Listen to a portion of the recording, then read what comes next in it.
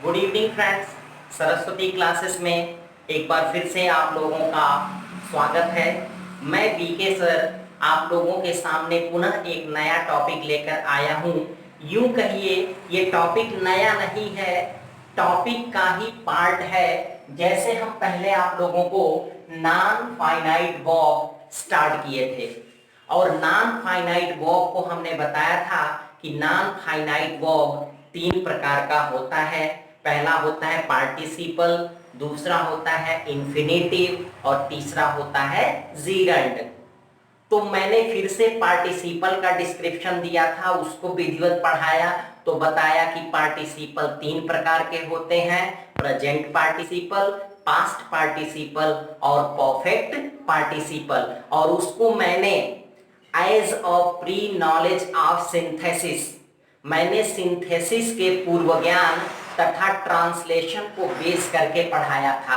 आज यहाँ non finite का जो दूसरा टॉपिक इसमें होता है, दूसरा प्रकार जो होता है इन्फिनिटिव, उसको मैं आपको बताने चल रहा हूँ। एक चीज हमेशा ध्यान दीजिएगा कि यह जो है इन्फिनिटिव से भी सिंथेसिस किया जाता है।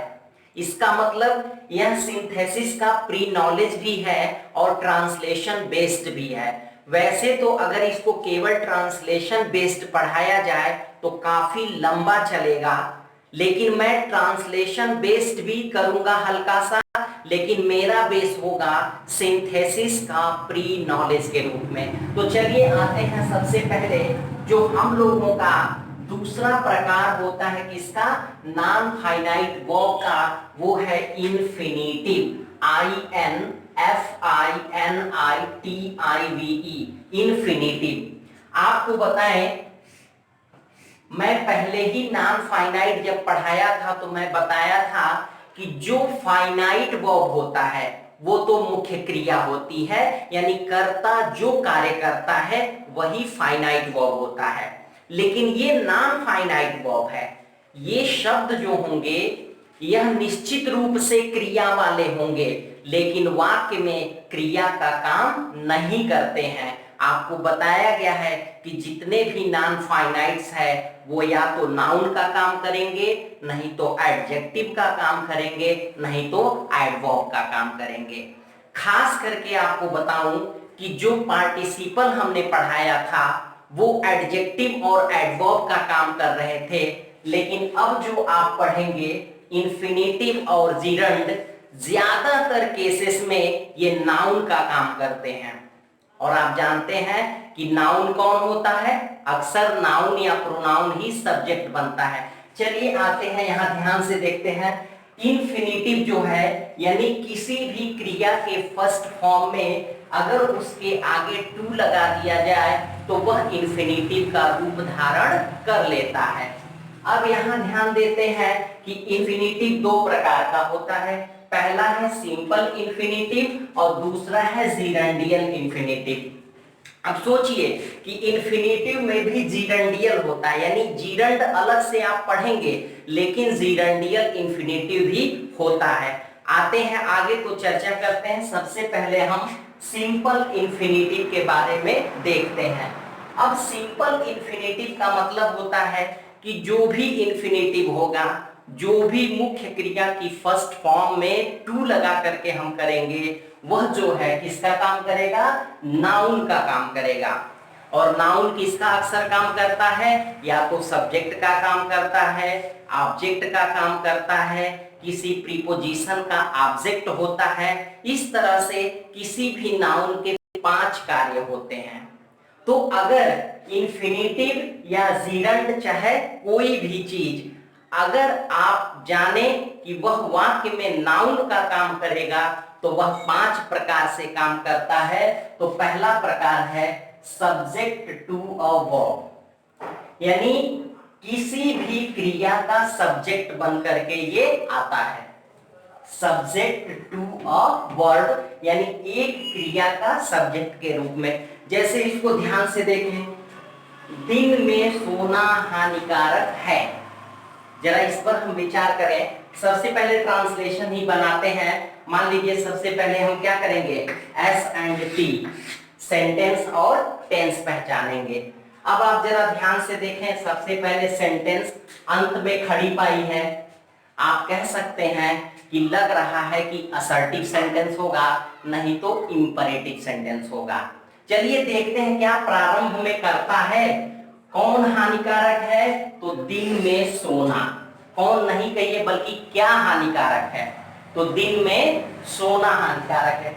यानी प्रारंभ में करता है और अंत में खड़ी पाई है। इसका मतलब हम कह सकते हैं कि यह दिया गया जो सेंटेंस है वह अफर्मेटिव सेंटेंस है। अब हम बनाएंगे सबसे पहले कर्ता दिन में सोना। ये सोना को देखिए जरा, अक्सर इन्फिनिटिव में जो क्रिया होती है हिंदी में उसके अंत में ना, ने, नी जुड़ता है। तो सोना, तो यहां हम लिखेंगे टू स्लीप। उसके बाद क्या हो जाएगा? In the day.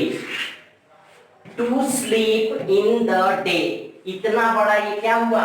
ये आप कहेंगे सब्जेक्ट है, लेकिन ये टू स्लीप अगर कहें तो सोना, और सोना एक कार्य का यहाँ नाम बन गया है, और जो भी कार्य का नाम होता है वह नाउन होता है। अब देखिए, अब इसको लिखेंगे है की अंग्रेजी is. To sleep in the day is, यानी दिन में सोना है तो क्या है? हानिकारक, is harmful. To sleep in the day is harmful. तो अगर हम इसका विचार करें तो यह जो है इन्फिनिटिव का काम कर रहा है, और यह क्या है? इसी क्रिया, जो ये क्रिया आप देख रहे हैं, इस क्रिया का क्या है? ये सब्जेक्ट का काम कर रहा है। दूसरा, झूठ बोलना बुरी आदत है। तो आते हैं यहाँ, अभी मैंने एक बार आपको बताया कि झूठ बोलना बुरी आदत है। अब जरा क्या करेंगे, हमेशा कभी भी ट्रांसलेशन बनाइएगा, सेंटेंस और टेंस को अवश्य पहचानिएगा। आप देख रहे हैं लास्ट में क्या है? खड़ी पाई है। तो हम सोच सकते हैं कि यह असर्टिव सेंटेंस होगा, नहीं तो इंपरेटिव सेंटेंस होगा। अब जरा यहाँ ध्यान से देखें, क्या कर्ता प्रारंभ में है? क्या बुरी आदत है? तो झूठ बोलना। यह जो झूठ बोलना शब्द है ये कर्ता का काम कर रहा है। तो पहले बोलना को हम लिखते हैं टू टेल, उसके बाद झूठ का क्या हो जाएगा? अ लाई। ये इतना बड़ा तो नाउन का काम कर रहा है, लेकिन सिर्फ हम इस पर विचार करें कि ये क्या है, तो यही क्या है? सिंपल इन्फिनिटिव का काम कर रहा है, जो किसी क्रिया का सब्जेक्ट बन रहा है। यानी यहाँ क्या बन रहा है? ये सब्जेक्ट। तो टू टेल अ लाई है के लिए हो जाएगा इज, और बुरी आदत अ बैड हैबिट। अब जरा ध्यान से देखें तो ये जो सिंपल इन्फिनिटिव था वाक्य में नाउन या संज्ञा का कार्य कर रहा था। तो जहां भी जब फंक्शन ऑफ नाउन की बात आती है, संज्ञा के कार्य की बात आती है, तो संज्ञा वाक्य में 5 रूप में कार्य करता है। पहला, किसी भी क्रिया का सब्जेक्ट वो बन जाता है, यानी सब्जेक्ट टू अ वर्ब। अब हम दूसरा चलेंगे ऑब्जेक्ट टू अ वर्ब की तरफ से। दूसरा, तो मेरे फ्रेंड्स, मैंने बोला कि जो दूसरा प्रकार होता है नाउन का, दूसरा फंक्शन होता है वो जो है किसी भी क्रिया का ऑब्जेक्ट बनता है। तो ऑब्जेक्ट टू अ वर्ब, यानी अब यहां जरा इस उदाहरण में हम लोग ध्यान से देखें, ध्यान से देखिएगा, इसलिए कि ज्यादा उदाहरण मैं नहीं दे पाऊंगा क्योंकि वीडियोस इतने लंबे हो जा रहे हैं। आप लोग भी इतना समय तक जो है एक वीडियो देखना पसंद नहीं करेंगे, इसलिए इसके लिए मैं क्षमा चाहूंगा। और भी वीडियोस बनेंगे, अगर आपको नहीं समझ में आएगा तो आप मुझे कमेंट करके लिखिएगा, मैं फिर से डिटेल वीडियो और छोटा करके बना के आपको प्रोवाइड कर दूंगा। तो यहाँ जरा ध्यान देखिए, वह नाचना पसंद करता है। सबसे पहले हम सेंटेंस और टेंस पे गए। सेंटेंस वही है, जैसे आप देखो लास्ट में खड़ी पाई है और कौन पसंद करता है तो वह करता है, तो आप सीधे कह सकते हैं कि यह असर्टिव सेंटेंस है, अफर्मेटिव है, यानी यस प्लस एच वी और plus M V plus O, इसी से बनेगा। अब जरा हम ध्यान देते हैं कि इसकी सहायक क्रिया क्या होगी और मुख्य क्रिया का कौन सा रूप लगेगा। तो टेंस पहचानेंगे, लिखा है पसंद करता है का मतलब प्रेजेंट और ता का मतलब इंडेफिनिट। तो प्रेजेंट इंडेफिनिट की सहायक क्रिया होती है डू या डज और मुख्य क्रिया की फर्स्ट फॉर्म। अब आप जानते हैं कि यह कौन सा सेंटेंस है, अफर्मेटिव सेंटेंस है। तो क्या अफर्मेटिव सेंटेंस में डू डज लगता है? बिल्कुल नहीं लगता है, ये मैं आपको पहले ही बताया हूं, एक बार और सुन लीजिए कि अफर्मेटिव में, निगेटिव के नेवर में और इंट्रोगेटिव के हु वाले नियम में, इन तीन जगहों पे सहायक क्रिया डू डज और डिड नहीं लगता है। तो आते हैं, बनाते हैं, कौन पसंद करता है तो वह, तो यहां लिखेंगे ही। उसके बाद जरा ध्यान से देखें, मुख्य क्रिया क्या है? पसंद करना। तो पसंद करना को हम कहते हैं लाइक, और लाइक में क्या जोड़ देंगे? यस जोड़ देंगे। एक वचन कर्ता के साथ यस या यस। ही लाइक्स, वह पसंद करता है। तो क्या पसंद करता है? नाचना। तो टू डांस। अब जरा हम इस पे विचार करें, टू डांस पे। अभी आपने देखा था जब हम सब्जेक्ट टू वर्ब पढ़ा रहे थे तो वह सब्जेक्ट बनकर आया था, कौन? ये सिंपल इंफिनिटिव। अब यहां जब हम ध्यान दे रहे हैं तो यहां मुख्य क्रिया क्या है? लाइक्स है। आप देख रहे हैं कि इस क्रिया का जो है ये क्या बन गया है? ऑब्जेक्ट बन गया है।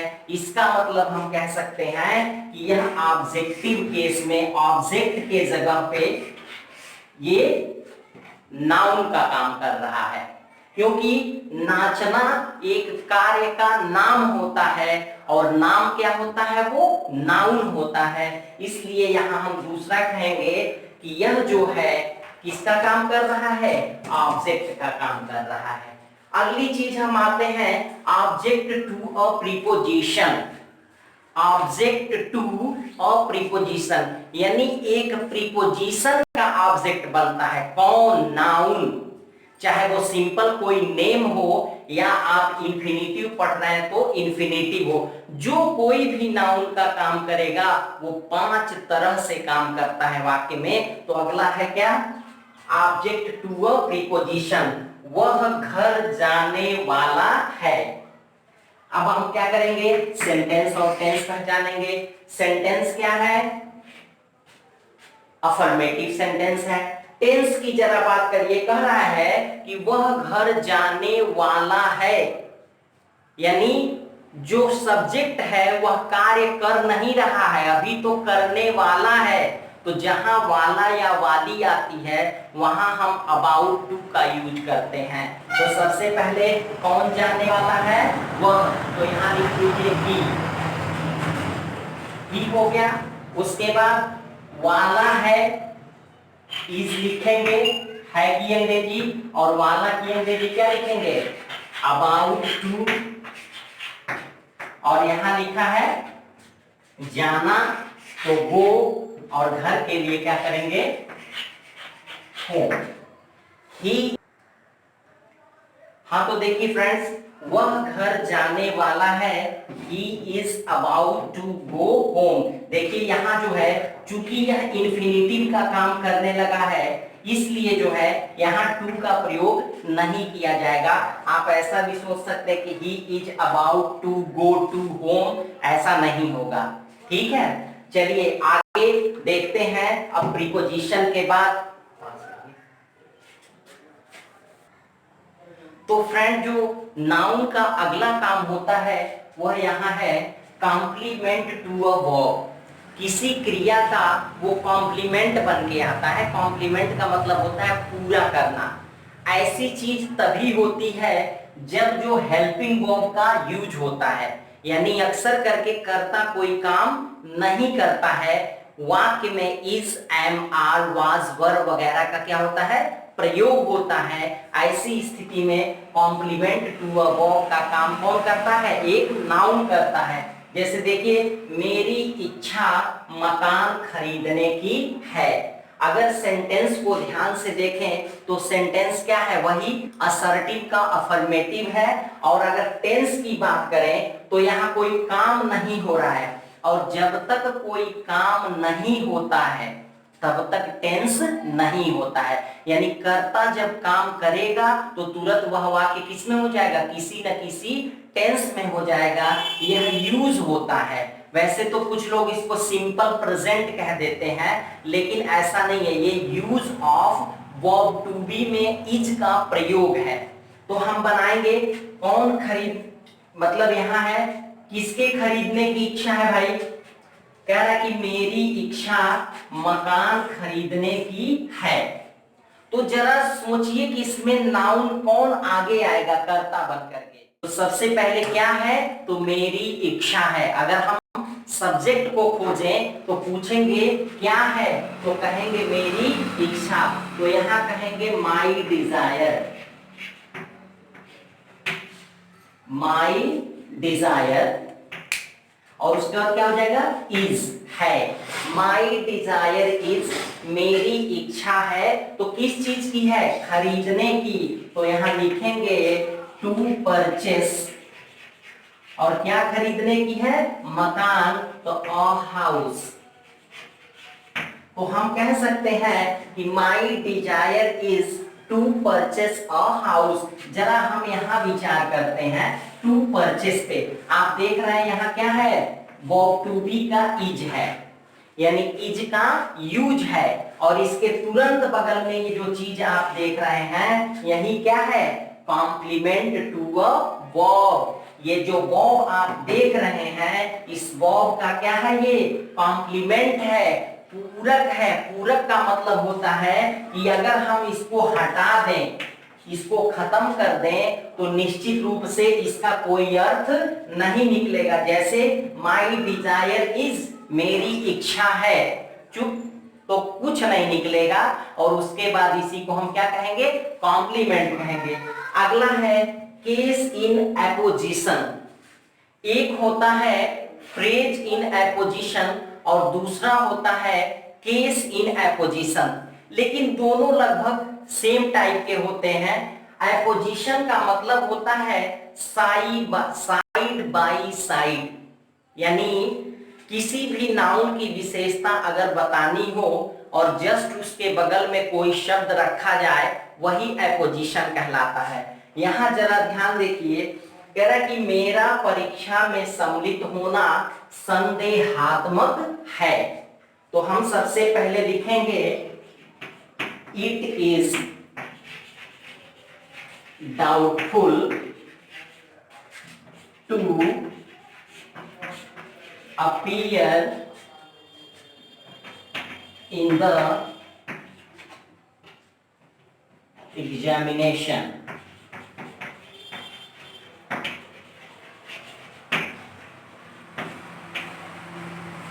It is doubtful, सॉरी यहां मेरा भी है, it is doubtful for me होगा यहां, for me, ये ध्यान रखिएगा क्योंकि यहां मेरा शब्द लगा हुआ है। तो it is doubtful for me to appear in the examination।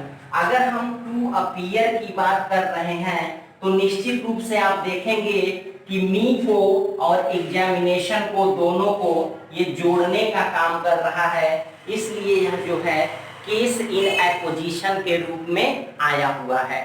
तो मेरे फ्रेंड, इस तरह आपने देखा कि सिंपल इंफिनिटिव जो होता है वह नाउन का काम करता है, और नाउन कोई भी हो, चाहे वो कॉमन नाउन हो, कलेक्टिव नाउन हो, कोई भी नाउन हो, अगर नाउन है तो वह वाक्य में 5 प्रकार से काम करेगा, और मैंने आपको पांचों प्रकार समझा दिया है। अब जो दूसरा प्रकार आता है जीरंडियल इंफिनिटिव, इसको आप लोग ध्यान से पढ़िएगा, क्योंकि जब सिंथेसिस हम करते हैं तो तो ज्यादातर किसका यूज होता है, जीरेंडियल इंफिनिटिव का यूज होता है। तो आइए देखते हैं कुछ उदाहरण के साथ। तो मेरे प्यारे फ्रेंड्स, मैं आपको बताऊं दूसरा जो है जीरेंडियल इंफिनिटिव। अब यहां ध्यान से देखिएगा कि आखिर में इंफिनिटिव, सिंपल इंफिनिटिव और जीरेंडियल इंफिनिटिव दो क्यों हुआ।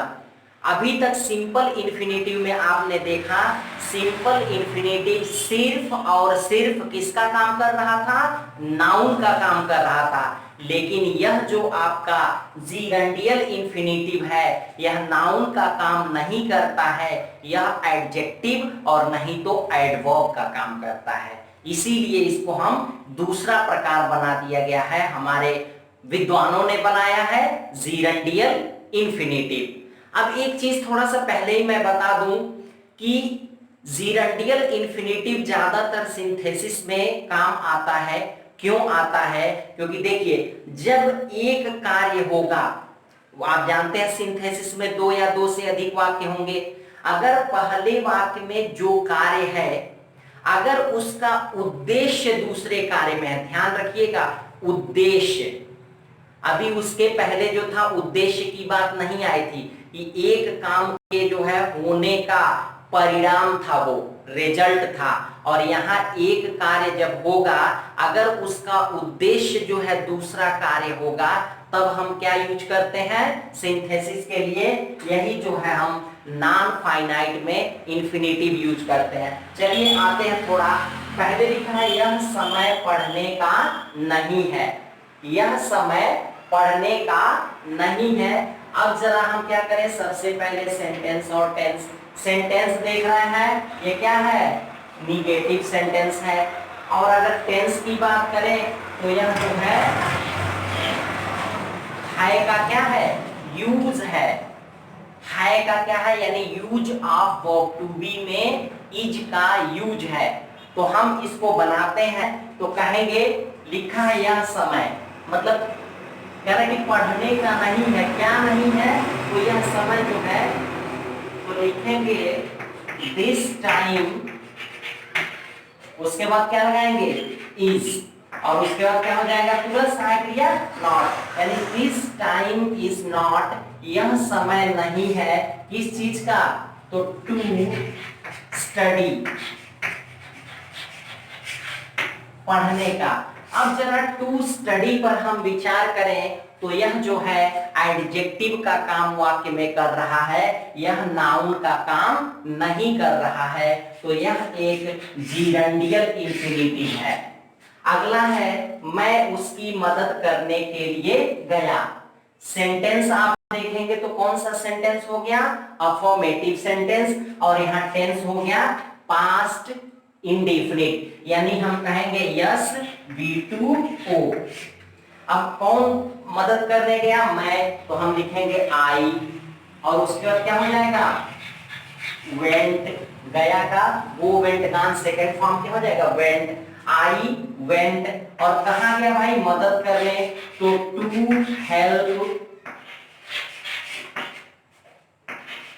हेल्प, और यहां हो जाएगा हिम। अब जरा यहां ध्यान से देखें तो यह जो है वेंट की विशेषता बता रहा है, गया तो कहां गया, तो मदद करने गया, यानी इस जो है क्रिया का क्या है, यह विशेषण है, इसलिए हम कह सकते हैं कि यह किसका काम कर रहा है, एडवर्ब का काम कर रहा है। लास्ट उदाहरण, मैं यहाँ पर रुकने के लिए आया हूं। भाई घबराइएगा नहीं, डरिएगा नहीं, मैं आपके घर रुकने नहीं आया हूं, ये ट्रांसलेशन का एक सेंटेंस है। तो मैं यहाँ पर रुकने के लिए आया हूं। अब इसको अगर सबसे पहले सब्जेक्ट आप देखें तो सब्जेक्ट कौन रुकने के लिए आया है, तो क्या हो जाएगा मैं, आई, उसके बाद यहां लिखा है आया हूं, हूं का मतलब हो जा रहा है प्रेजेंट, और आया का मतलब ये हो गया परफेक्ट, यानी क्या हैज नहीं तो हैव, और उसके साथ मुख्य क्रिया की थर्ड फॉर्म। अगर हम देखें तो इसको मैं यहां रुकने के लिए आया हूं, तो आई, उसके बाद आई के साथ क्या हो जाएगा, हैव, और उसके बाद होता है आना, कम, केम, कम, फिर से I have come to stay here.